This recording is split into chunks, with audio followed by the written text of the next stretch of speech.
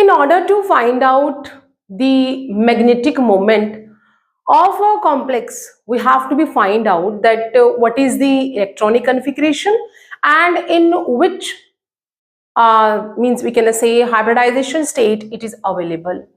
Here the equation is the crystal field stabilization energy CFSE.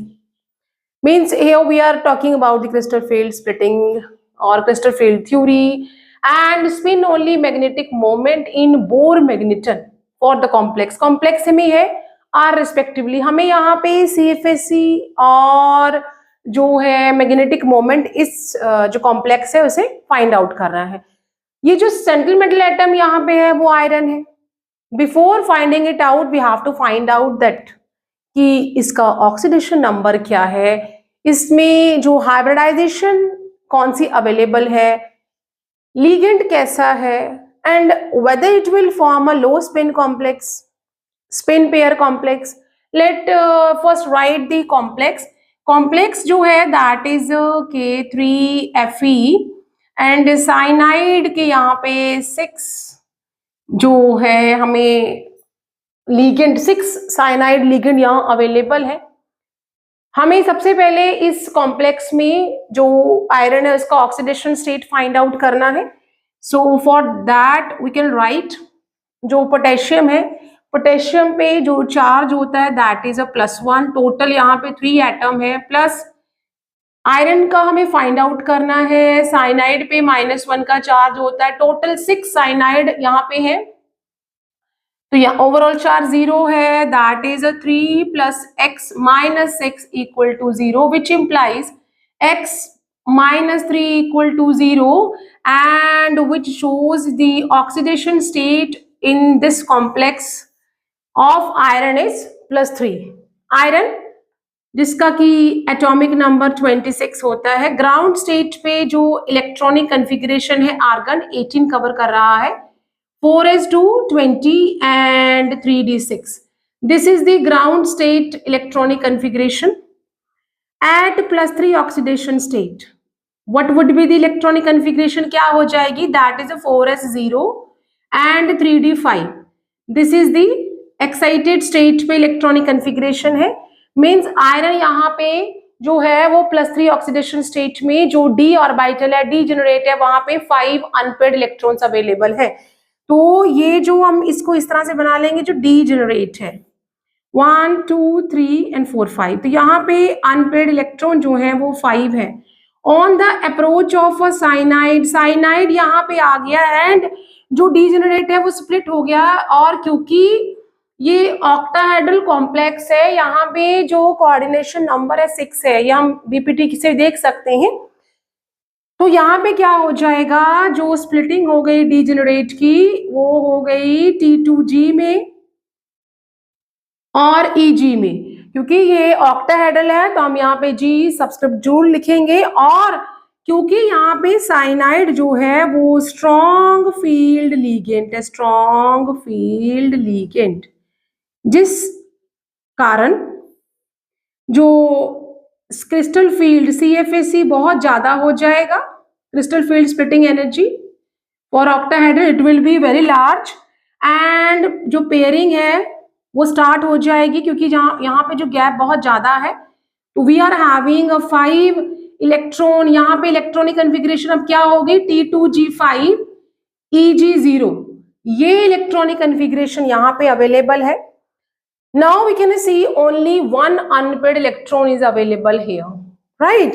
तो हम यहाँ पे क्या करेंगे, वैसे भी अगर हम देखें कि क्रिस्टल जो साइनाइड है वो स्ट्रॉन्ग फील्ड लिगेंड है, वो पेयर अप कर देगा और लो स्पिन कॉम्प्लेक्स बनेंगे. क्योंकि ये जो डीजेनरेट है इसमें हम इस तरह से देख सकते हैं, ये जो 1 2 3 4 ये CN के कारण what will happen, it will start doing pairing and 4s vacant है, 4p भी अवेलेबल है.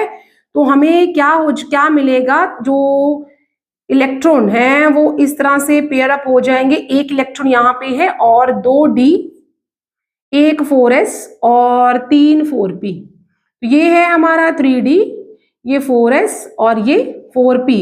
इसकी जो हाइब्रिडाइजेशन है वो क्या हो जाएगी, D2sp3. और क्योंकि यहाँ पे साइनाइड स्ट्रॉन्ग फील्ड लिगेंड है, ये लो स्पिन कॉम्प्लेक्स या इनर ऑर्बिटल कॉम्प्लेक्स बनाएंगे।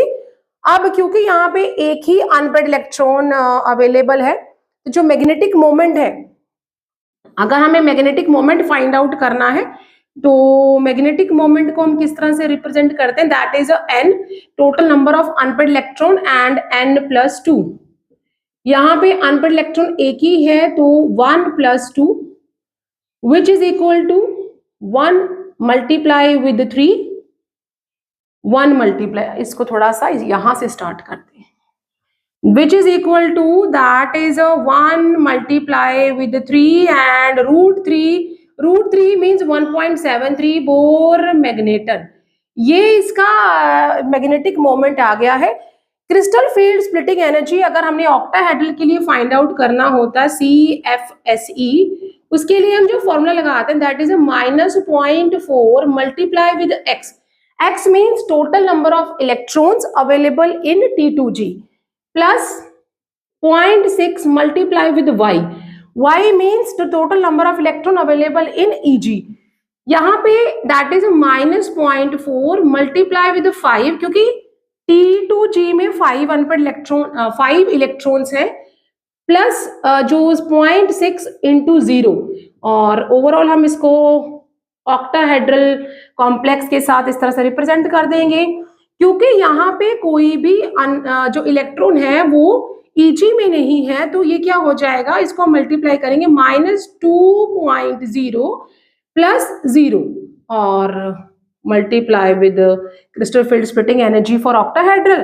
तो ये हमारा ये जो ओवरऑल आंसर है -2.0 into CFSE for octahedral complex.